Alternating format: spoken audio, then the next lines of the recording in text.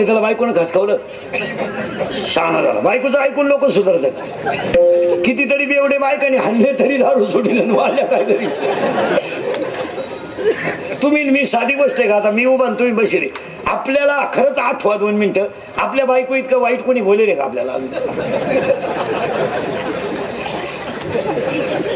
तरी आपण त्याच घरी मुक्कामाला आहे, खरं नाही विचारतो.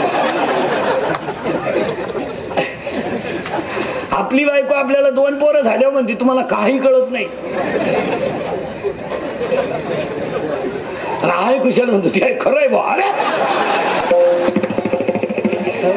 असं कुठं चालतं का? मला वाल्याच्या बाबतीत एकच ध्यानात ठेवायचं, फक्त सगळ्यात मोठा साधू कोण? वाल्या. का त्याला नारद भेटायला गेला.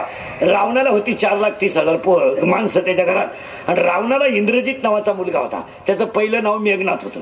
आणि इंद्रजित जर मेला तरच रावण मरेल हे त्याच्या चुलत्याला माहित होतं. चुलता म्हणजे बापाचा भाऊन आज्याचा पोऱ्या. फोटून सांगितलं म्हणजे बरं. कारण आता चुलते जवळजवळ वारलेच, चुलत्यांची झाली पिकअप पलटी, भाऊबंद तर मेले. आता आपल्याला फक्त सासरवाडीचा आधार आहे, नाही तर पाहुणे संपले सगळे.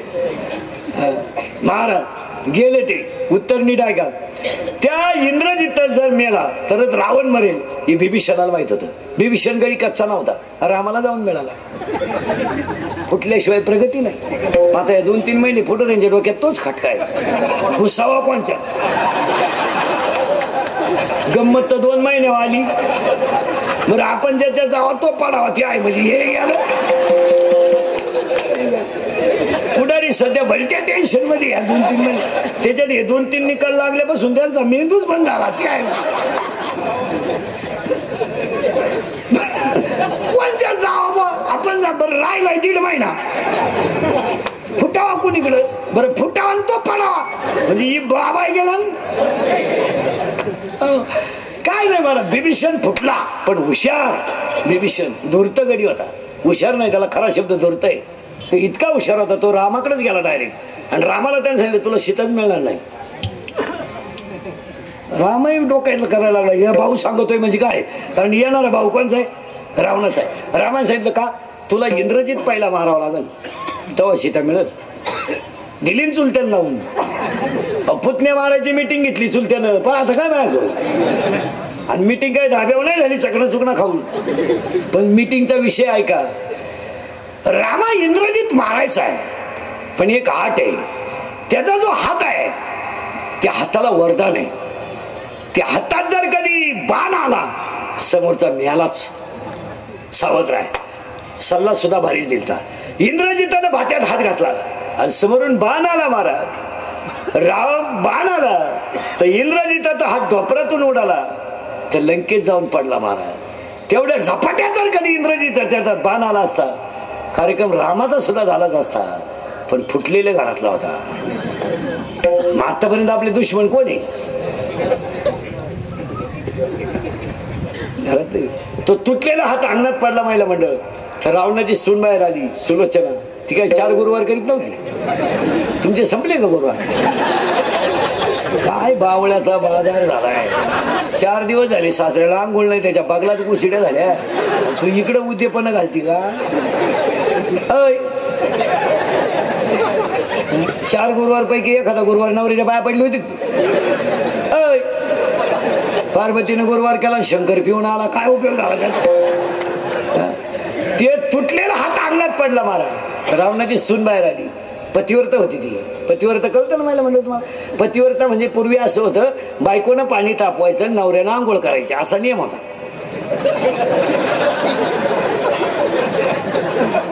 आता हेच येड बंबात ठोकळे घालीत बसत आहे. खालून लुंगी झाली तरी वरून ठोकळे टाकते. तिनं तो तुटलेला हात घेतला. महाराज ती तुटलेला हात तिनं पाहिलं. ती डिरिंग बाज होती. तिने सांगितलं ज्यानं इंद्र हरवलाय त्याचा हात उडवायची डिरिंगच कोणी केली? तिच्या बापानेच केली. ती कोणी केली? लक्ष्मण कोण होत तिचा? मग पाहुणे रावळे का आलाय? आता ही पुण्यतिथीला आलेली पावले पहिल्या पंक्तीला जीव घालायची. भाऊ तुम्ही निघा इथून. ते मला मुक्काम करायचं आहे, हायवेला झोपा, तिकडं उलथा. हो महाराज तो तुटलेला हात गेली ती हाताजवळ. महाराज तो हात हल्ला. तुटलेला हात होता पण त्याच्या हात हल्ला. तो हल्ला हात तुटलेला हात हल्ला तर तिने कागदात पेन घेतला आणि त्या तुटलेल्या हाताला दिला. त्या तुटलेल्या हाताने त्याच्यावर लिहिलं, तुझ्या माहेरच्याने माझा घात केला, बापानेच केला. ती तुटलेला हात घेऊन रावणाकडे आली. पाया पण सांगतो हेंद्रिकेचे कीर्तन आहे, दिवस बदलतात गमेंट कमी करा.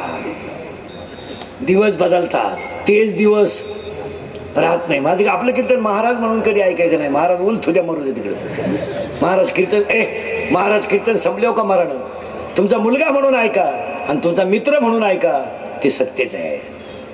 आपलं कीर्तन तुमचा मुलगा म्हणून ऐका एक आणि मित्र म्हणून ऐका एक, ते कालही सत्य आजही सत्य.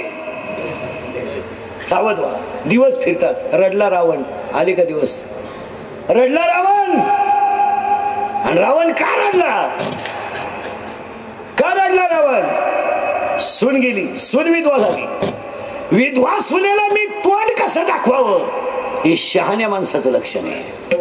मुलगा गेलाय माझा. रावणानं खाली मान घातली, ती सून तुटलेला हात घेऊन गेली रावणा पुढे मारा. आणि तिने सांगितलं ज्याने हात उडवला त्याचा बदला घ्यायला चालले मी.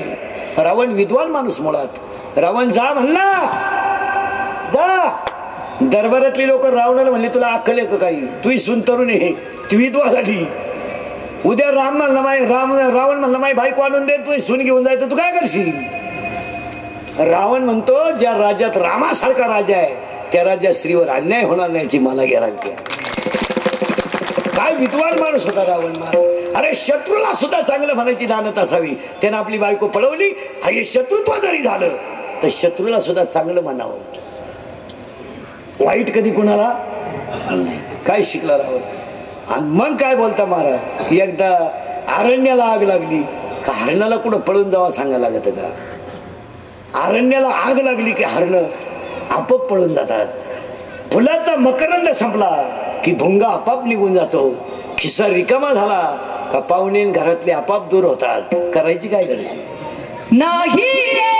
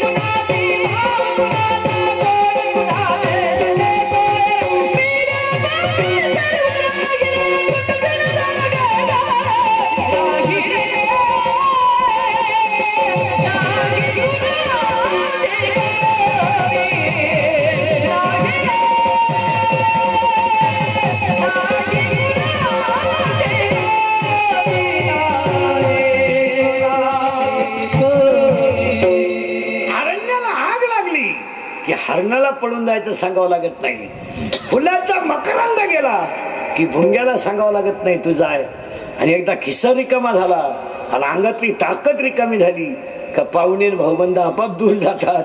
सांगायची गरज नाही. बायको फिरली रावणाची, तुम्ही काय घेऊन बसली बायको. आणि रावणाची बायको काय म्हणते रावणाला, ऐका का हो, तुम्ही जर एवढे विद्वान होते तर तुम्ही सीता पळून आणले, तुमची इच्छा का पूर्ण केली नाही.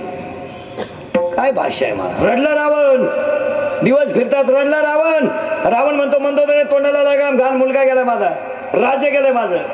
मी सीता वायुमार्गाने आणली, हनुमान येईन लंका पिटविली, या भीतीला मी घाबरत नाही. मी 33 कोटी देव कोंडून टाकले तर माझ्या घराला 9 ग्रहाच्या पायऱ्या आहेत, तू काय घेऊन बसली. मंदोदरी म्हणते शास्त्राच्या गप्पा सांगायच्या नाही, फक्त तुमची इच्छा का पूर्ण केली नाही. डरजसा रडला रावण. आणि रावण मंदोदरीला म्हणतो मंदोदरी ऐक, मी माझी सीता काल आहे, माझी सीता माझ्या ताब्यात आहे. मी कालही माझी इच्छा पूर्ण केली असती, आजही केली असते ना आताही केली असती, पण का केली नाही. ऐक ऐक मंदोदरी ऐक. मी सीता पळवायला घोसळ्याचं रूप घेऊन गेलो, सीतेच्या झोपडी पुढे उभा राहिलो, तेव्हा मी तिला म्हणलो तो माय भिक्षावाला. आणि मी खानदान असल्यामुळं माझी नगरी गेली तरी चालेल, पण माय शब्दाला धोका देणार नाही. चौथा अध्याय. एक वडील जे जे करती तया नाम धर्म ठेवीती. एक पोरगळ पण होत. आणि मग ते दरिद्री उठलं पालथे मेंदूचं, ते कुंभकर्ण, ते 6 महिने पसरेल होतं, ते उठलं. तोही गडी उठला. मग एकदा कच्ची झाली बाजू झालो, तोही उठला. आणि तो म्हणला, कारण तू जर एवढा विद्वान होता तर रामाचे कपडे घालून सीतेला वश करायला गेला. वश करायला काय घालता? रडला रावण. आणि रावण म्हणतो, मी सीतेपुढे उभा राहिलो, मी रामाचे कपडे घातले. अरे सीता इतकी पतिव्रत आहे, इतकी पतिव्रत आहे, तिने माझ्याकडे पाहिलं तर माझ्यातला काम गायब झाला. इतकी सीता पतिव्रत. परत थोडं मागं जाऊ आपण. ज्ञानच देव आहे. हा जो संसार आहे ज्ञानाला सुखाचा आहे आणि अज्ञानाला दुःखाचा आहे. इथं आपण 30 मिनिटापूर्वी होतो. तुम्हाला नाही सुधारायचं काय. ज्याला ज्ञान आहे त्याच्याकडे सुख आहे, ज्याच्याकडे अज्ञान आहे त्याच्याकडे दुःख आहे. इथं आलतो आपण आता हा जो संसार आहे याला तिसरं एक आवरण आहे. पहिले अज्ञान आणि ज्ञान, आणि तिसरं आहे दोन्हींना गुरफटणारी माया. मायेमुळे तो संसार आपल्याला सत्य वाटतो, नाही तर तो असत्यच आहे. त्याच्या अगोदर वाक्य गेलं तर आपलं 30 मिनिटापूर्वी, संसार हा अपूर्णांक आहे आणि परमार्थ हा पूर्णांक आहे. तो कधी पुरा होणार नाही संसार. किती कमवा काही नाही, आणि ज्यांच्यासाठी कमवतात त्यांनाही त्याचं काही घेणं नाही. पूर्वी शेतकरी आत्महत्या करायचा, आता 2-4 महिन्यापासून त्याने बंद केलंय. त्याचं कोणी म्हणावं घेणं, त्यानं सोडून दिलं. काय करता मग? हे 2-3 महिने झाले मोर्चे बंद झाले. आता मोर्चे नाही का नाही 2-3 लोक डांबरी व्हायची बंद झाली. काही दखलच होईना तर कवर डांबरी बसत. डांबर पगळलं पण काही होईना, बंद झाला. मोर्चे बंद झाले. आता फाशी बिशी कोणी घेत नाही. आता फक्त एकच वर्ग फाशी घेतोय, इंजिनिअरिंग, डिप्लोमा, मेडिकल, ITI. ही कॉलेजला जाणारी जी औलादी यांना सध्या किडा उठलाय. सध्या तुम्ही प्रत्येक हॉस्पिटलला पहा, एक शिंगरू आहेच टमाट्याचं औषध. आणि हे बंगरी औषध का घेतात महाराज? एक शब्द सांगतो ऐका. जन्म देवाच्या हातात आहे, मृत्यू देवाच्या हातात आहे, पण मधला काळ आपल्या हातात आहे. परत नीट ऐका. जन्म देवाच्या हातात आहे, मरण देवाच्या हातात आहे, पण मधला काळ आपल्या हातात आहे. आणि त्याच्यात 3 टप्पे आहेत: बालपण, तरुणपण, म्हातारपण. बालपण हे आईबापांनी केलेल्या संस्कारावर अवलंबून आहे, तरुणपण हे स्वतःच्या कर्तृत्वावर अवलंबून आहे, आणि म्हातारपण हे केलेल्या कर्माच्या पुण्याईवर अवलंबून आहे. 3 वाक्य फायनल करा. आईबापांनी जर चांगलं शिकवलं तर बालपण बारवादच होणार नाही. काय म्हणते तुमचं? 1ली ते 10वी पर्यंतच्या पोराच्या आणि पोरीच्या हातात मोबाईलच येता कामा नये. ही दखल जर घेतली तर पुढची पिढी आकाळलीच.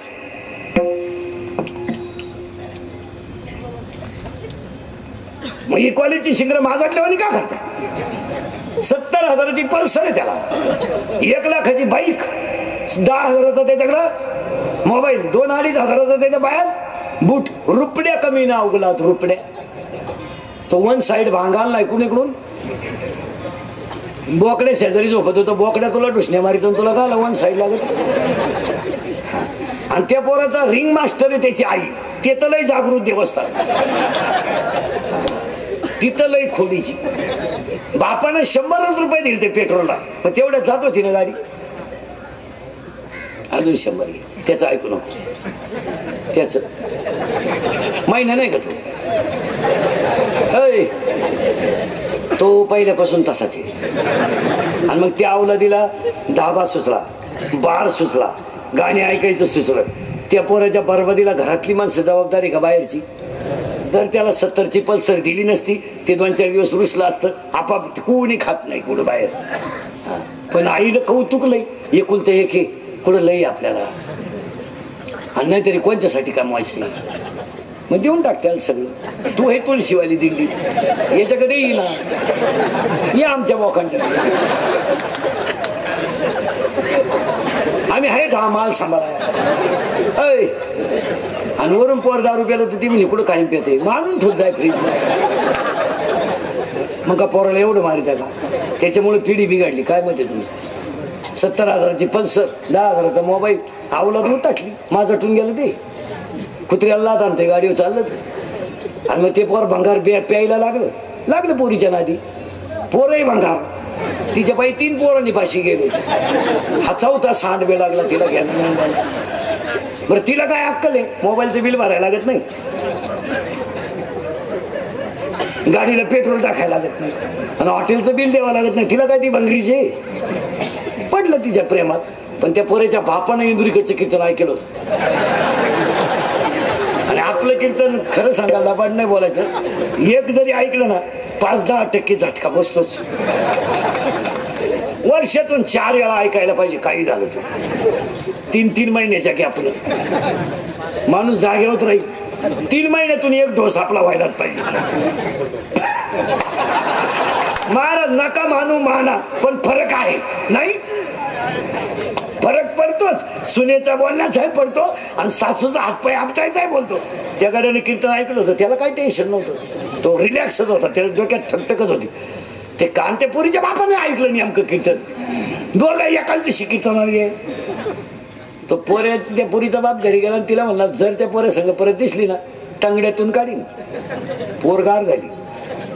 ती कार्ट कामातून गेलं, पोर भेटायचीच बंद झाली. तिने सांगितलं जमणार नाही. बरबाद झाला पोऱ्या. जिंदगी माही बरबाद झाली. मजा नाही आपल्या जगण्यात. कोणासाठी जगायचं. बिघडला गडी आणि गेला त्याच्या आईपाशी. तिला म्हणलं, ऐक माझं तिच्यावर प्रेम आहे. 9वी पासून एका गाडीवर येणं आम्ही. ती माझी नाही ना तर कोणचीच नाही. ती दुसऱ्याची नाही होऊ शकत. आणि ती जर माझी झाली नाही ना मी तुलाही दिसणार नाही. त्या बाईनं तोंड जोडायला सुरुवात केली. उडून हा तमाशा घुसला घरात आणि ती गेली याला सांगायला. हा कीर्तनावरून जायला होता. आणि ती म्हणली, बा हातातून पोर चाललं, येडेवाणी करू नका. पोर त्या पोरीशिवाय जगू शकत नाही. विचार करा. त्यानं बाई माग केली. पहिल्या बायकोच्या 2-4 ठेवली. तिची झापडच उडाली. ती म्हणली 40 वर्षात कधी फटकावलं नाही ना, आज असं फटकावलं का मला उठता येईन. हे जटेच झाले. म्हणजे कीर्तनाचं इंजेक्शन बसलंच कसं. आणि त्या कार्ट्यानं पाहिलं आपली आईच फटकावली. म्हणलं आपला काय गुदारा नाही. ते कार्ट्या गप्पच बघ. ते मित्रांमध्ये गेले. मित्र म्हणते, टेन्शन आहे का तुला, संध्याकाळी घालून टाकू. हल्ली नाही. पण त्या पोऱ्यानं ओळखून घेतलं होतं. बाप आपल्या बजेटच्या बाहेर गेला. पुरीचा बाप तर पहिलाच जायला होता. पण त्या पोऱ्या म्हणला, मी जरी बापाची जिरवणार पण म्हणला आपण कच्चे नाही. तिच्यासाठी आहे ना आसमान खाली. आणि त्यानं काय केलं, टमाट्याचं औषध होतं उरियल, ते प्यायला नाही. पेतय काय ते सोळलं वाटाला. आईनं भांडेच फेकून दिले. मेलं पोर म्हणजे मेलं. हा बसलच होता घरात. हा काय उठला नाही. ती गेली म्हणली, पाहिलं ना हातातून पोर गेलं. मरल ते. मेलं नाही ना. बोंबलू नको. मेलं नाही ते होईल परत.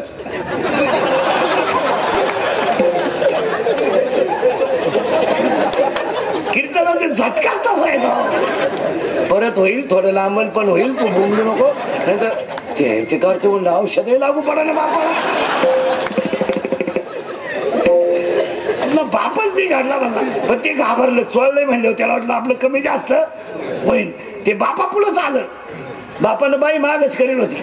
अशा 5-7 ठेवून दिल्या त्याच्यात. ते म्हणलं, पप्पा मी पेरच नाही, फक्त चोळलंय. आणि नका बुवा हे कुठं झाले. आता परत त्याचं नाव घेणार नाही. आग लागू दे त्या पोरीला. रिपीटच केला बापानं. चाल डॉक्टर कर. डॉक्टर नाही ना एंटी मारेल होती. घातला ना आतल्या खोलीत.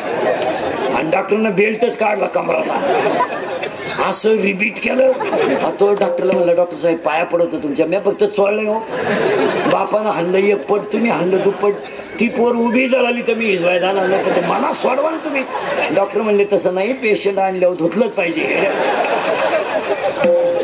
येड्यावाणी करता येणार नाही. तो म्हणला, मला उठाया वाचणार नाही. काय डॉक्टर म्हणले, झोप खाली. खाली झोप. आणली ना नळी. धुवायचा ना. मागून घातली. 2-4 जणांनी धरलं त्याला. तो म्हणला, डॉक्टर मी पे गपची बस. धुतल्याशिवाय रिपोर्ट कळत नाही. आणि जेव्हा मागून नळी पुढं काढली, 4 नर्स त्याला धरायला. तो कधी आकला ना. ओरिजिनल नळी म्हणलं कुठं ते चाललं का. 2-3 दिवस त्यानं वळवळत नाही केली. 2-3 दिवसानं पुरीचा मेसेज आला तरी त्यानं उचाकला नाही. तो म्हणला, आग लागू दे. आता इकडून काढतील आणि इकडं काढतील. ती पोरगीच मारू दे. ज्ञानाला संसार सुखाचा आहे आणि अज्ञानाला संसार दुःखाचा आहे. इथं आपण आलो. आणि आज लोकांना काय नाही. आता त्याच्यात पुन्हा उलट आहे.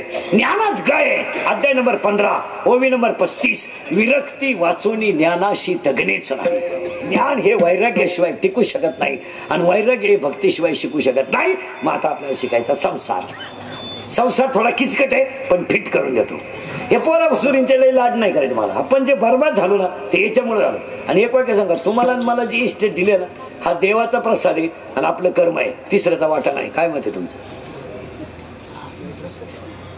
आपण कौलाच्या घरातून स्लॅब मध्ये गेलो, हा देवाचा प्रसाद आहे आणि आपलं कर्म आहे. आपण वाईट वागला असतो तर कौलातच मेलो असतो. आपण चांगलं वागतोय, कष्ट करतोय म्हणून आपण स्लॅब मध्ये. आपल्यावर कोणाचे उपकार नाही, आपल्यावर तिघांचे उपकार आहे. एक आई वडील, 2 संत आणि 3 देव. चौथा कोण उपकार करतो आपल्यावर? नाही.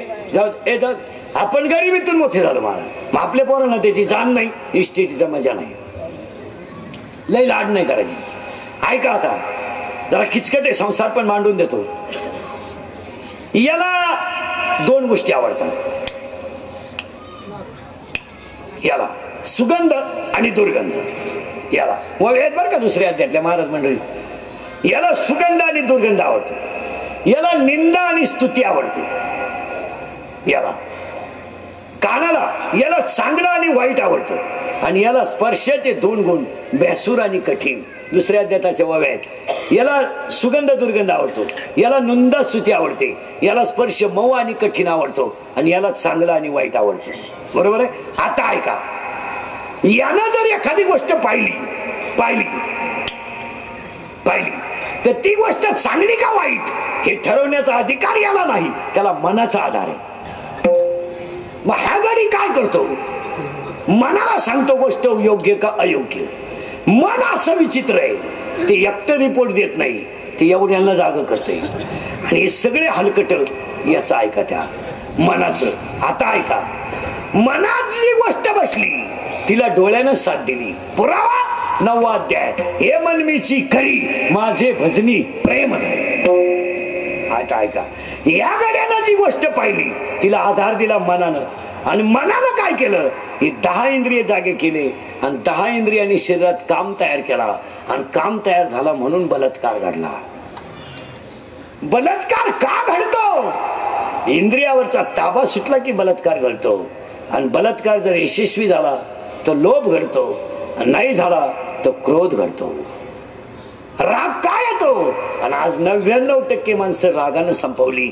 आजच्या कीर्तनातलं वाक्य सांगतो, किती राग येऊ द्या, थोडं हसत जा, पण रागाच्या भरात वाईट कृत्य करू नका.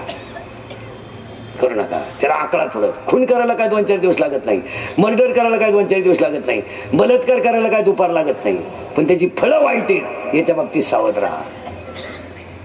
एखाद्याला तुम्ही 10 लाख रुपये घेऊन बोकसलं, बॉक्सायला काय लागत?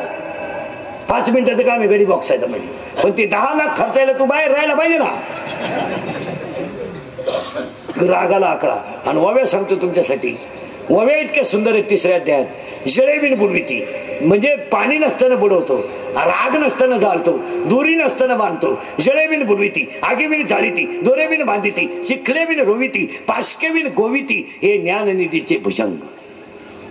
त्याला आकडा, राग आकडा. महिला मंडळ राग आकडा. नवरा बायकोचं भांडण झालं ना पुरुष मंडळीला, आणि ज्या घरात नवरा बायकोचं भांडण होत नाही ना ते घरही नाही. भांडण व्हायलाच पाहिजे, मला 2-4 दिवसातून व्हायला पाहिजे, भांडण व्हायला पाहिजे. मग मजा राहते त्या भांडणात. बायको आपल्याशी बोलत नाही, मजा आहे. मग ती पोराला मध्ये घालून विचारते, पप्या त्याला विचार चहा घ्यायचा का? मग आपण त्या पप्याला म्हणायचं दे बेगोन, मजा आहे त्याच्या. पप्या म्हणला करूच काय? त्याला विचार जीवनात संसार येतो आणि तो आनंदाचाच आहे. आणि मग उत्तर नाही का?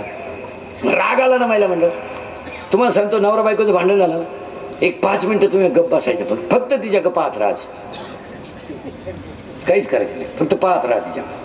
तिचा पावर कमी होऊ द्या. बायको रागावल्यावर भुकती का चावती?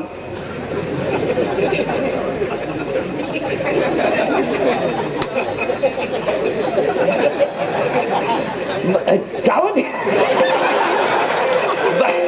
बायको चावल्यावर भुकती का चावती? भुकती. मोकळे भुकू द्या, 5 मिनिटं तुम्ही गप्प राहायचं. एक राग आला ना थोडं, तिचा पावर कमी होऊ द्यायचा. 1, 2 दुसरी एक गोष्ट आहे, थोडं हसायचं, पावर कमी होतो. सच शिकलं.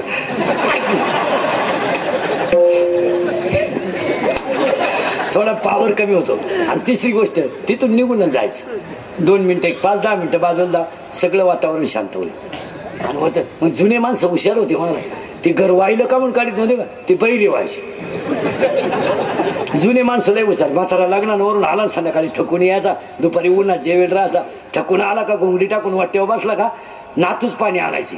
पण नाताची सून त्याची सून त्याला सांगायचं ना सासऱ्याला काहीतरी, म्हणून तीच पाणी घेऊन यायची. पाणी पिता पिता ती म्हणायची घरात काय राहिलं खरं नाही.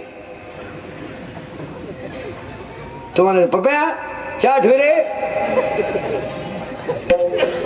चहा आला का लहान सुन घेऊन यायची चहा. मला आता एकत्र कळ निघत नाही. पप्या ताट वाढ. जेवलं आतरुंडा ऐकायचंच नाही. घर टिकलं ना. जुनी माणसं हलक्याची नव्हती आणि आता हलक्या कानाची माणसं. घासाचं वज कापून उचलून डोक्यावर ठेवतानाच बायको म्हणते ध्यानात राहील ना. घरी गेल्या गेल्या काय म्हणायचं ध्यानात राहील ना. तुम्हाला वज तर उचलू दे. तो म्हणला पाठच करी जातो बाई पण देव वज होत. म्हणून तर काही माणसं पहा लग्नाच्या अगोदर त्यांच्या तोंडावरची माशी उठत नाही. लग्न झालं अशी पोपटावानी बोलत आहे तिकडून आकली ती. त्याची आई म्हणती पप्या हल्ला तर वर पाहत नव्हता पण काय जादू. जादूची बाई ती जादूची ती. पप्या बोलायला कोणाला आकळत नाही. बरं पप्या लई बोलत नाही जेवढं शिकवलंय. 2 भाऊ आहेत, एक शेतीवर आहे आणि एक नोकरीला आहे. तो नोकरीवाला शेतकऱ्याला काय म्हणतो माहिती का, इतके दिवस माझी शेती खाली.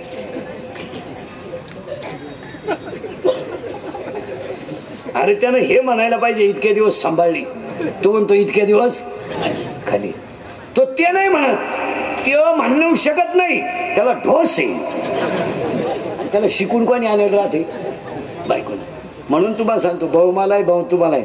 आपले भाऊ जर नोकरीला असतील ना आपले आईबाप गेले ना त्यांच्या जमिनी त्यांना देऊन टाका. तिकडे बाबळी पिरू नाही तर कोणाला वाट्यान देऊ. आपल्या पोरांना तळतळाट नको. काय मत आहे तुमचं. त्यांच्या बायकालाही वाईट बोलत मारा. ते काही संस्काराच्या बायका नसतात त्यांच्या. ते काही बोलत 1.5 पोत बाजरी पिकली तरी ते म्हणते त्याला का कावळा शिरपोत पुरण का. ती तुझ्या 10 वेळा घोगरे घाल बाई तिकडे मरून उठतो. ही घ्यायचं नाही महाराज. हे लोकांचे महाराज ही लोक आहेत ना यांच्या मुळात बुद्ध्या विकसित नसतात. यांचं सर्व्हिसवाल्याचं जगणं असं राहतं महाराज. घर ऑफिस ऑफिसमधली लोक आणि संध्याकाळी पार्टीचे मित्र यांना बाहेरचं झटका माहीत नाही. काय माहिती तुम्ही. यांनी सकाळी गाडीला किक मारायची ऑफिसात जायचं. ऑफिसात ती कबरी भांडी 10-5 मित्र. बाहेर येताना नळ्या नळ्या हाणणारी 2-4 मित्र आणि शेजारी पाजारी बेवडे 2-4. हेच त्यांचे नातेवाईक. त्यांची व्यापक दृष्टी नसते. आणि मग त्यांनी ते बायकांचं ऐकायचं. आणि त्यांच्या बायका आहे तसंच. महिला मंडळ 2 भाऊ आहे. एक शेतीवर आणि एक नोकरीला आहे. शेतीवर येतो तुमचा नवरा आहे लबाड बोलायचा नाही. तो तुमच्या सासऱ्यानं ठेवला का त्याच्या कर्मानं राहिला. कर्मानं राहिला. तू काय म्हणते सासऱ्याला वाटोळ केलं माझ्या नवऱ्याच. तू होती का होती. तू काल आली फुलाच्या गाडीत बसून तू होती का तू. तुला माहिती आहे तुझ्या नवऱ्याचा इतिहास काही. त्याच्या पायी 3 गुरुजीनं बदल्या करून घेतल्या माहिती तुला. त्याला जर सकाळी नवी पार्टी दिली तर तो दुपारी 7 घेऊन येत होता. पेन्शनी खातच होता. तो काही लिहित होता का. त्याला पाहिलं कोंबडी सुद्धा मोकळ्या मैदानात अंडा घालीत नव्हती. असा नंगाटकडी होता तो उलटा तो ट्युशन लावल्यामुळे जागेवर आलाय.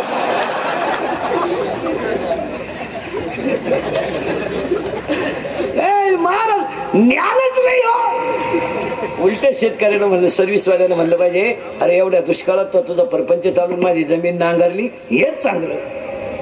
मी ठेवत नाही मारे. हे लोक लय विचारलं. जिला सून नाही ना सून तिथं बोलूनच देत नाही कोण.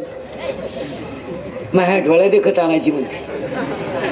आणि जिनं भावाची केली तिला तोंडाहीच वाढता येईन गालय हाणता येईल. तिची अशी गंमत आहे. जिने भावाची करेल ना तिला फक्त म्हणायचं धाकट्याचं लगीन करते का यंदा नाही. यंदा तो तसा राहिला तर चालेल. नको बाई पहिली ना जेवढी जिरावली तर दुसरी काय करतील का. ज्या पोरानं बायको करेल नाही ना बायको ते गाठ बोलून देत नाही कोणाला. ते म्हणतं बायको करू दे अशी नीट करून टाकेल गपची बस. असंच म्हणायचं तो बाप. तोही सासरवाडीला कांदे वाट्याने करायला गेला भाऊ. बायको येते इथं कापड दुकानापुढे प्लॅस्टिकची बाई पाहिली तरी माणसं उभी राहते. स्टॅच्यू असते ना प्लॅस्टिक. बायको मिळायची अपेक्षा सोडून द्या. आता जे राहिले तुम्ही सोडून देतो ना. आणि आता लोकांनी काय प्रचार केला माहिती का मला, मुलगी मिळत नाही. तसं नाहीये, मुलीच्या क्वालिफाईड मुलगा नाहीये. गंमत काय झाली महाराज, लोकांनी निगेटिव्ह लोकांचा एक बाबा महाराज 10 वर्षापूर्वीचा काळ आणि आत्ताचा काळ फरक आहे. ही शिन्नर तालुक्यातली ही जी गावात नाही, दातली खोपडीन दुडीन बुद्री कोण खोतू, ही कडक टोप्यावाली कांद्याच्या पैशावाली मंडळी ही आता गार झाली. लय कडक आहे ती. आता चिंगडी गेली आणि वाफ गेल्यामुळे ती गार झाली.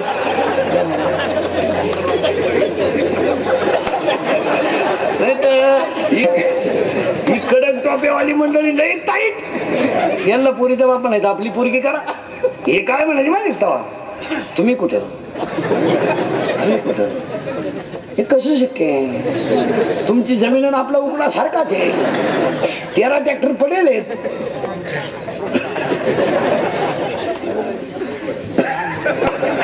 आता अशी जिरली. आता पोराचा बाप आहे ना शेपटापासून गार पडला. आता त्याची वळवळच बंद झाली. ते बळच आता पुरीच्या बापाला म्हणते राम राम. थोला यंदा नाही तो तिकडे देवाला सोडवो आम्हाला नको. मग पोराचा बाप म्हणतो टच करणं आपलं काम आहे. तुम्हाला टच नको धक्का नको. तू यंदा नकोच. 4 महिने प्रचाराला सोड. रेंज गेली काहींची, बायका नाही. 35 झाली काही. जोडीदारांचे ऑपरेशन झाले, कार्यक्रम बंद झाला. आघाडी तसा व्हायरस आला भाऊ. जाम झाली पोरांचे बाप. मी 10 वर्षापूर्वी म्हणत होतो हुंडा बंद होईल, उलटा झाला हुंडा. उलट आपले 10 वर्षापूर्वीचे वाक्य ना आज जसे तसेच मार. एक खोटं ठरणार नाही. जिरलीच. आता पुरीचा बाप पैसे घेऊन निवांत आहे. आता तिकडून पुरी आणतात लोक खाली मराठवाड्यातून. त्या राही ना त्यांना फुकाट खायची सो. त्यांना कवा हे चिंगळ्यानं वाफे कळते. घोटाळा झाला. आणि आता शिकलेल्या पोरींची संख्या वाढली. आता मुलगी DED आहे, BEd आहे. आता मुलगी मला आहे, मुलगी तुम्हाला आहे. आपण मुलगी शिकवली म्हणलं येड्याला कशी आहे पोरगी देईल. आणि आता लोक काय म्हणते माहिती का, द्यायला पाहिजे तो वळू त्या मापात नाही. कोण देतं बोल. आता विषय सोडून द्यायचे राहिले ते. आता ह्या आठवड्यात जेवढे पाहुणे येतील कोण नाही हा मला मरून जाऊ द्या. मुकी बैरी इडी म्हणजे तिला पहिले 2 पोर आहे चालतील बुवा. आता आधारच नाही म्हणलं का.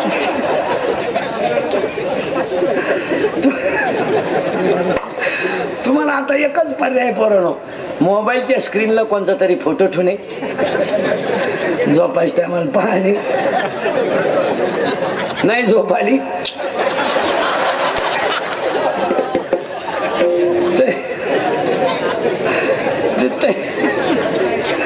तरी नाही झोप येत. डबल माझे कीर्तन ऐकलं सुधरत नाही 2-4 दिवस माणसाला. काही एकटाच हसतो घरी गेलो होतो. इथं होतो आपण. तुम्ही काय काळजी करायची नाही. याला 2 गुण आहेत, याला 2 गुण आहेत. यानं गोष्ट पाहिली, मनानं ठरवली आणि मनामुळं हा संसार तयार झाला. हा संसार मनाचा आहे, मनाचा संसार आहे. आणि मनाचा संसार कसा आहे ऐका. इथून वर 5 इंद्रिय, कर्मेंद्रिय, ज्ञानेंद्रिय, 5-5 10 आहेत. आणि हाच खरा संसार आहे. जर तुम्ही देव आपला केला नाही तर हा संसार लया जाईल. तुम्ही आलात ना. Yeah.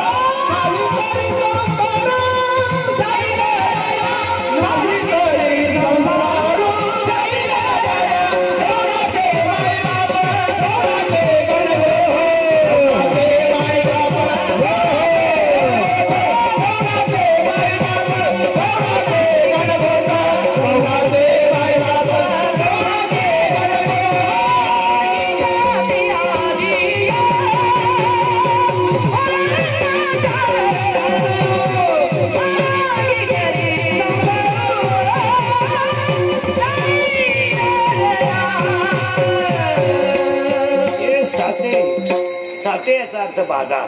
आणि कोणत्याही बाजारात दोन माणसं आहे, एक काहीतरी घेणार आहे, एक काहीतरी देणार आहे. मग जग एक बाजार आहे. पुनरपी जनरम पुनरपी उपजे ते नासे नासले पुनरपी दिसे हे घटिका यंत्र देसे परिवरे मिळा. आणि याला एक 8व्या अध्यायातली ओवी सांगून टाकतो.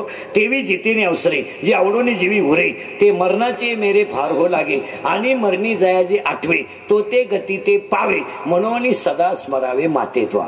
बस जन्म घेणे लागे वाचनेच्या संगे. मग भजन करता करता हा देह चांगला ठेवा. नवऱ्याच्या घरी जाताना नवरी रडते, लई रडती पोरगी, पोरीचा बापही रडतो आणि पुरीची आई रडते. पोरगी रडते मी आईबापापासून दूर चालली म्हणून, बाप रडतो माझी मुलगी चालली म्हणून, आई रडती माझी मुलगी चालली म्हणून. पण नवरदेव रडत नाही कधी. नाही तो भाड्याचा उलटा ताईट उभा राहतो. 35 रुपयाचा चष्मा घेतो लिंबा खालचा, हायवेला मिळतो ना तो 35ला, तो आता 100ला झालाय ना तर 35ला. मग त्या पुरीचा भाऊ तिला म्हणतो का ग दिदी मम्मी रडली, पप्पा रडले आणि तूही रडली, दाजी का रडली नाही. ती पोरगी म्हणली पप्पा दाजी फक्त आजच्या दिवस हसणार आहेत, उद्यापासून एकटाच रडणार आहे तो, मीच हसणार आहे, मला रडू द्या. संसाराचं दुःख आहे. आता इथं परत एक घोटाळा आहे थोडा. नाही तरी संसारू हा जाईल हे जाऊ दे, याचा विषय नाही आज. अख्खं कीर्तन तुम्ही अंतरंगात ऐकलं का बाहेर अंतरंगात, तो विषय सोडा. ते खल्ल्या विहिरीला पाणी लागणार त्यात काय एवढं विशेष नाही. काय मग समजायला हा संसार लया जाईल. आणि हा संसार कशानं लया जातो. 1 माया, 2 मी, 3 तू, मी आणि तू या 2 शब्दामुळे जीवन संपलं. मी तू, त्या बाबळीपासून या बाबळी पोच तू जाऊन दाखव. आता या हायवेच्या कडे ती जी गाव आहेत ना ही सगळी, ही 5-10 वर्षात पागल होणार. ज्यांना ज्यांना हायवेचे पैसे मिळाले त्यांनी बहिणी दावी लावली. मला सई मागा गेला, बहिणी कधी म्हणली तू तो आजच आला, मला 6 पोरं झाली, तो कधी डोकून नाही पाहिलं तुला सई नाही. आता अजून 5-6 वर्ष थांबा. आता उगाच नोटाबंदी झाल्या त्यामुळं हायवेची मंडळी थोडी गार झाली, गुंठा कापाना प्लॉटही जायना. पण 5 वर्ष ना संगमनेर शिन्नर जेवढी गाव आहेत रोडच्या कडेची पागल होणार ही गाव, उतटून जाणार ती, खडे आणणार लोकांना. कारण पैसे जमिनीचे मारा तुम्ही, सरकार सगळ्या योजना राबवू शकतं, जमीन कुठून वाढील. काही ना हायवेचे पैसे मिळाले, बुलेट घेतली, 90 मारून घरी आला, हार घेऊन आला पुजायला गाडी, कुत्र्याला लात आणली, बुलेट खाली गेला, त्याच हारावर नेऊन घातला.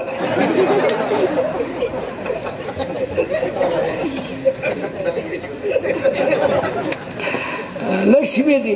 अजून 5-6 वर्ष थांबा, हायवेची सगळी गाव आहे ना पागल होणार. कारण तुमची जमीन होणार कोटी रुपये गुंठा, 33/33. तुम्ही नुसते ऐकणार कोटी खलास, काही नुसते ऐकणार इतके.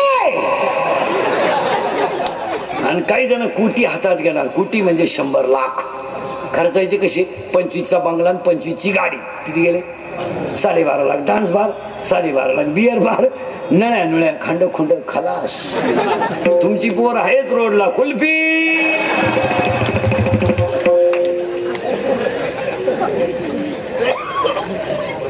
कंपनी बाहेरची येणार, मॅनेजर बाहेरचा येणार, वॉचमॅन आपला राहणार. राईट राईट येऊन दे येऊन दे येऊन दे येऊन दे येऊन दे घाल माय अंगावर. अहो महाराज, आमच्याकडे काकळीला विमानतळ आलं तर दुधाची पिशवी आणाय लोक शिर्डीला जायची. 3 वर्षापूर्वी पैसे मिळाले, मी होतो ना त्याच्यात. पण आपले कसे बोगत जातील, मी येडे का? मी होतो त्याच्यात, माझी होती त्या विमानतळात जमीन. ते लोक दूध आणाय शिर्डी. 60चं पेट्रोल आणि 25ची पिशवी. गाडी गेली आणि पिशी गेली. लक्ष्मी भाऊ नम्रतेशिवाय टिकत नाही, असं चालतं का नाही? आणि आपली मंडळी लक्ष्मी सांभाळू शकत. आता आपली मंडळी फक्त एकच टिपरू घेऊन बसली, 1.5 महिना झालाय. दुष्काळ पाडला बा, दुष्काळ पाडला बा. अहो महाराज, आता हे बंडभाऊन ते सगळे सांगते गेल्या वर्षापेक्षा यंदा लग्न टोले जंग हो राहिले. काय आता दुष्काळ उतटली लोक, काय आता दुष्काळ उलटी लोक रात्री करतात. आता ती लाईटिंग लावून आणि सुनाला 3रा महिना निघला ना, ती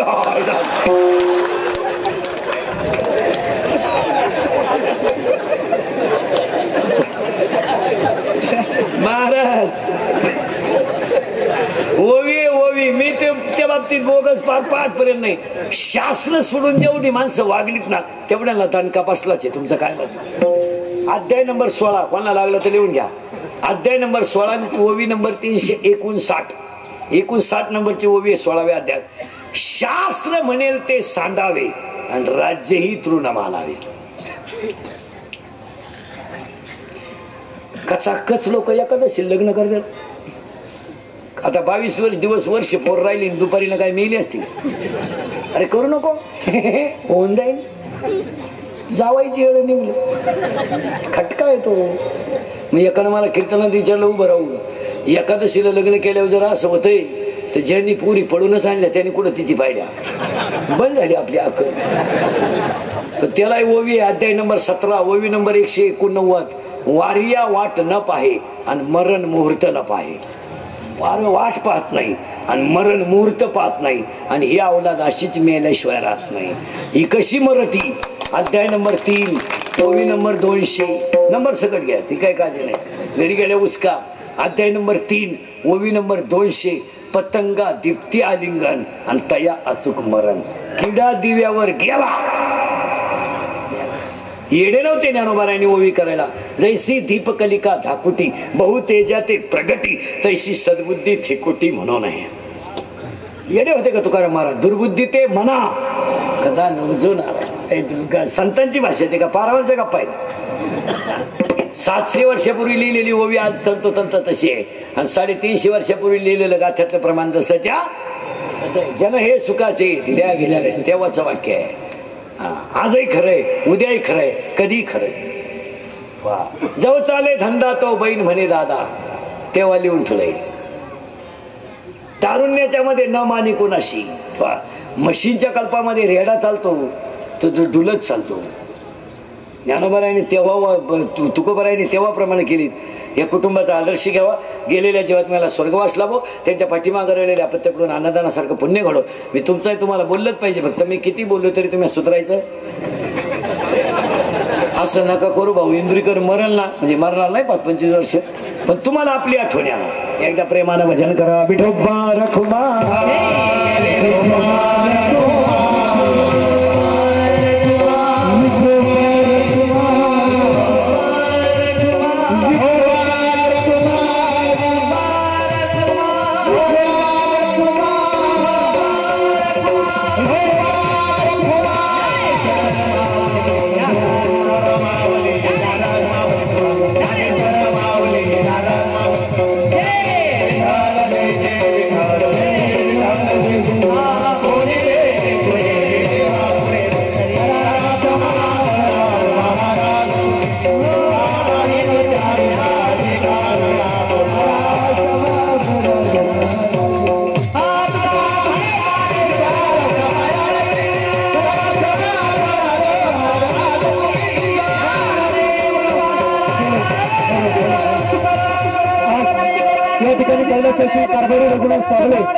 यांच्या तृतीय पुण्यस्मरणाच्या निमित्ताने महाराष्ट्रातील एक या ठिकाणी महान समाज प्रबोधन